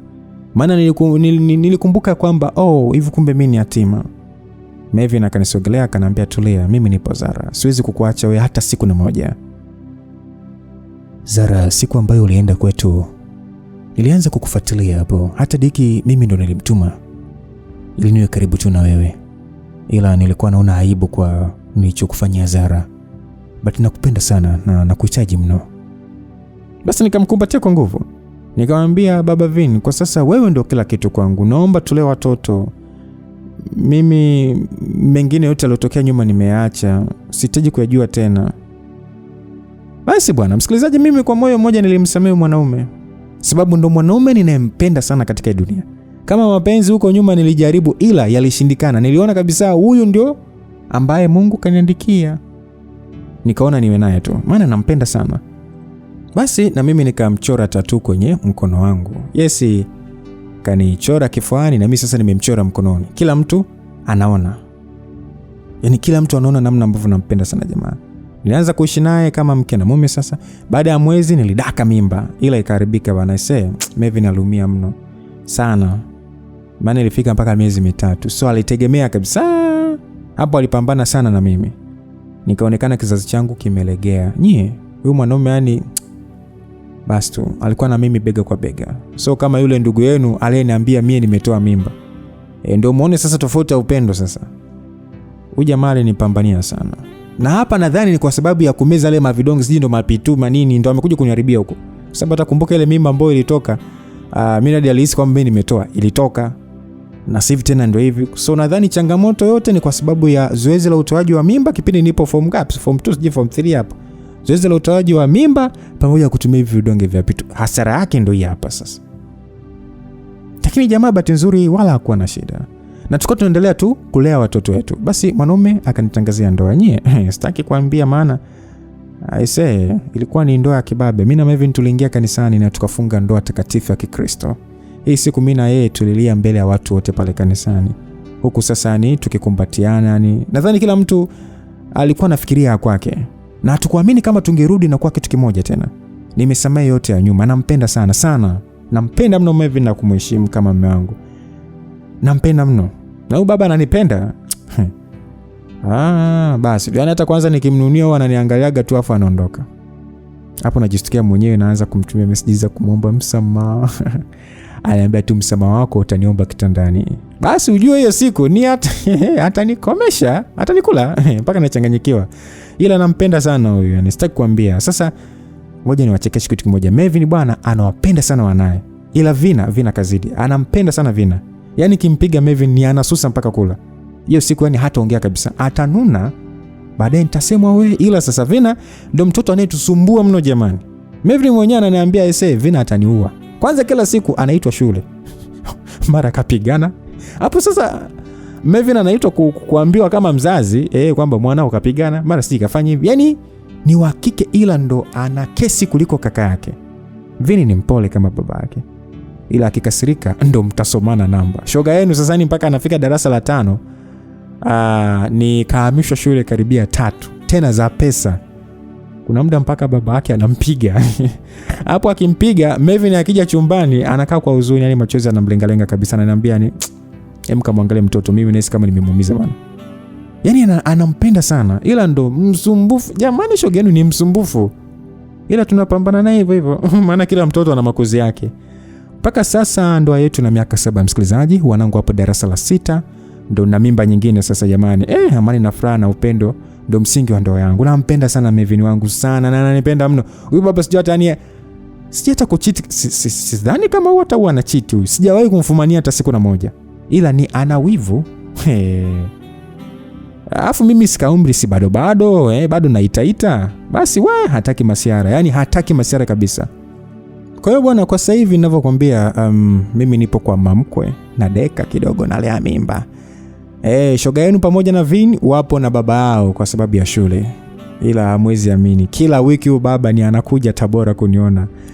Yani ananipenda sana sana mpaka ndugu zake wanajua kuwa Mevin kwangu hapindui. Wakitaka kitu anaanza kunielezea mie niwaombe.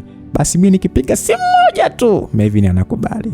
Ila sijawahi kumtesa mume wangu jamani. Eti kisa jana nipende eti kwamba eti sasa ndo nifanyie dharau. No, na muheshimu ile mbaya na nampenda ile mbaya, na hapa ndipo mwisho wa story yetu tamu ya Zara. Story ambayo hakuna msikilizaji alianza kusikiliza hakutamani afike mwisho. Bonge moja la story kutoka kwa mwandishi Habiba mara moja, na ikasimuliwa na bonge moja la story na Reta Lucas Lumbas. I hope utakuwa umeenjoy sana. Hongereni pia kwa wale wote ambao mlishtukia sauti. Hongereni sana, mimi nafurahi sana kwa sababu tayari mshamjua Lucas ni nani. Hata mkiwa mmeisikia sauti yake dirishani akiongea mtajua tu huyu ni Lucas Lumbas. nawapenda sana, na Mungu azidi kuwaweka kwa ajili yangu mie, na mimi Mungu aendelee kunijalia afya njema, niendelee kuwepo kwa ajili yenu nyie. Sawa So niseme tu God be with you till we meet again kwenye stories zingine nzuri. Bye bye.